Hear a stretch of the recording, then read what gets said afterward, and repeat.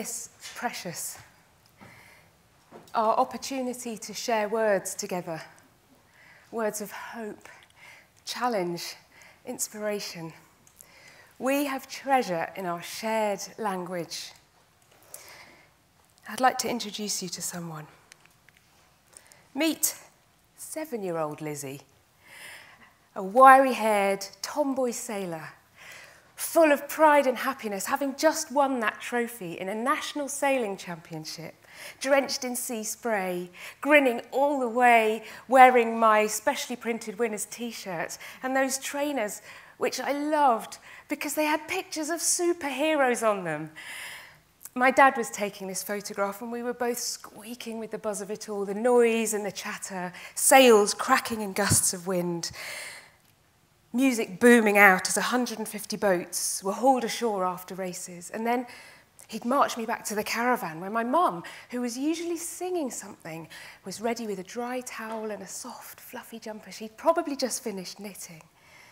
And then later on, my sister and I, curled up and snuffling in our bunks, falling asleep to the hum of long-wave radio broadcasting the shipping forecast. Variable 3 or 4, fair, becoming good. After a few years of my mum's illness, when her cancer became terminal, the sense of how important it is to savour all of these precious experiences was strong. I was 12 when she died, and we were all a bit stuck or adrift or whatever happens when your anchor rope frays and snaps in two. And the words I remember from around that time were all focused on keeping the ship sailing forward. No moping around, that's the last thing she would have wanted. My lovely pa's belief in making the most of things was always summed up with the saying, life's too short. Wow, had I just had an early lesson in what that can mean. I shut my mouth, I forged on, believing life's best tactic is bright optimism. I pulled in my sails and I sailed my little ship for all I was worth. And no more was said about my mum. Almost as if nothing had happened. Physical adventure became my language, proof I felt something, with passions and plans, onto new horizons.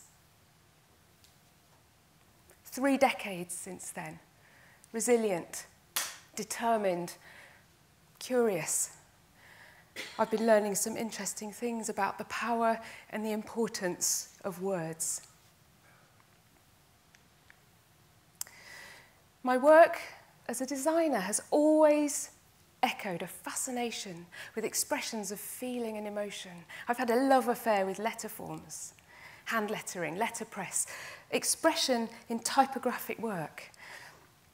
At university, a wonderful visiting lecturer came to teach us modern calligraphy, and he explained the diverse character in letter forms by doing impressions of them as if the letters themselves were famous film stars. For example, a cursive K became Katharine Hepburn, darling. The impression he did of a W, a chunky W, as Robin Williams was just genius. But such funny expression from this former monk has always stuck with me.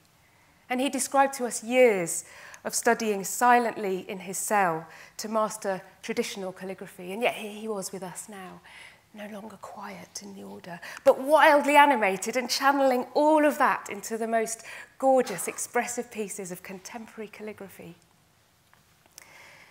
My working years rolled on, fueled by the inspiration in that physical expression of words. But even finding the best design jobs going, working on BBC branding and broadcast projects, for example, I was still left yearning for work which gave me opportunity to express something more of life than the corporate agenda alone. I quit my BBC job.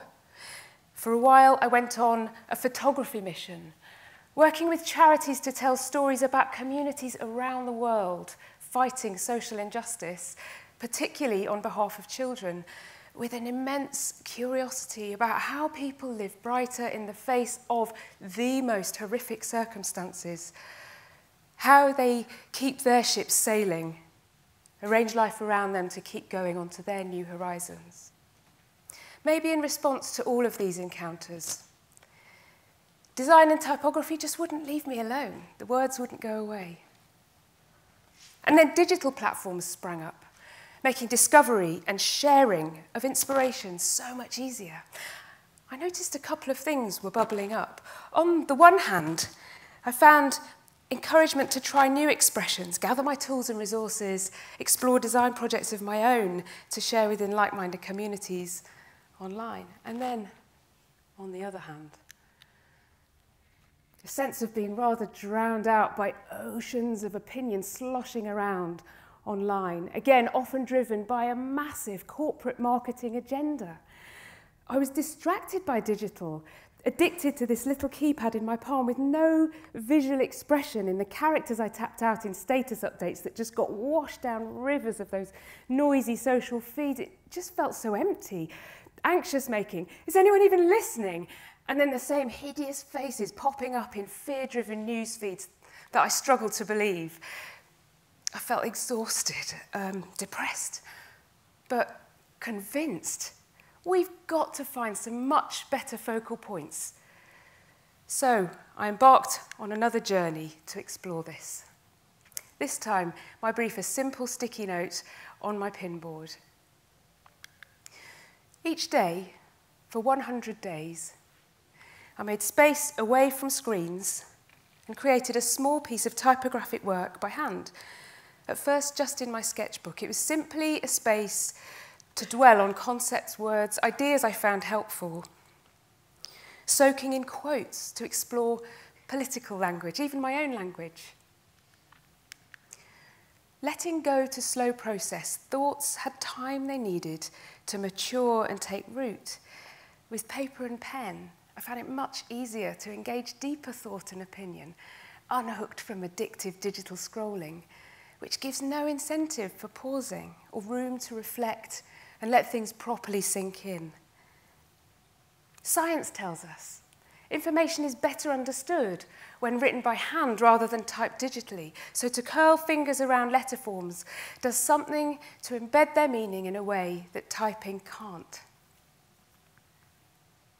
While making these pieces, I gave particular words visual emphasis related to emotional meaning, some bigger, some more fancy, usually from a visceral feeling I had of the words.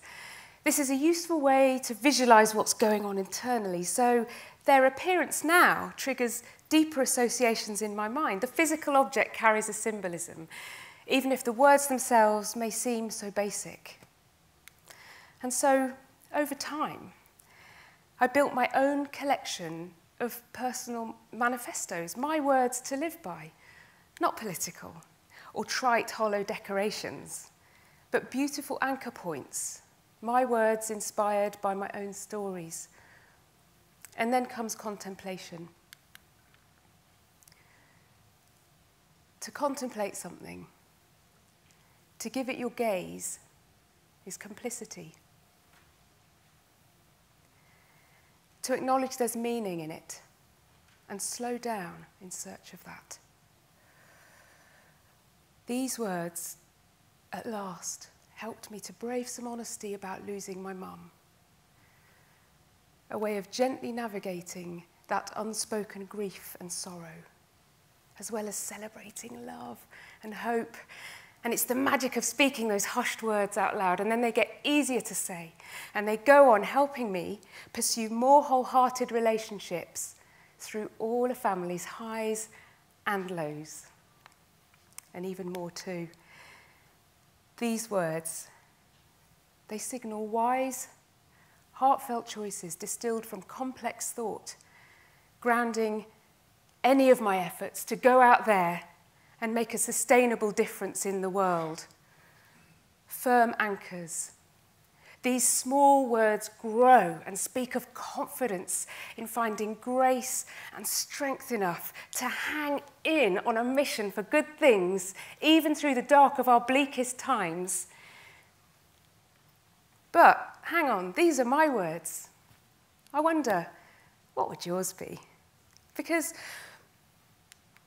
we've always made expressive marks in our own handwriting, embracing wobbly lines, misspellings, a spidery hand. No calligraphy training necessary, just pick up a favourite pen and start. And they've been our own expressions in our own words. For millennia, humans have made their marks of life and love and prayer and protest. How shall we continue to make our marks in a way that has some permanence in our lives? And there's true value in creating tangible artefacts. Because in the future, I'm not going to care about digital feeds long sunk under oceans of typed characters, but I will care about the fingerprints on things left to me, because a real person believed something was so important to remember, it needed making into a physical thing, to be treasured and passed on. In this tricky and uncertain political landscape, I think the world is crying out for much better signs and signals of hope.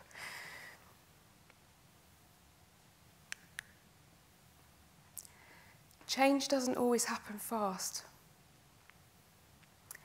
It's taken me 30 years to splice together my anchor rope again, but I made it. With the help of some lovely travelling companions and my precious words close to heart, I found my way back to safe harbour. And you know, I realised my dear old Pa, he was right all along. We've still got absolutely everything to play for, no matter how you put it. So maybe it's time. Maybe it's time for you to pick up your tools and mark out your own words to live by. Thank you.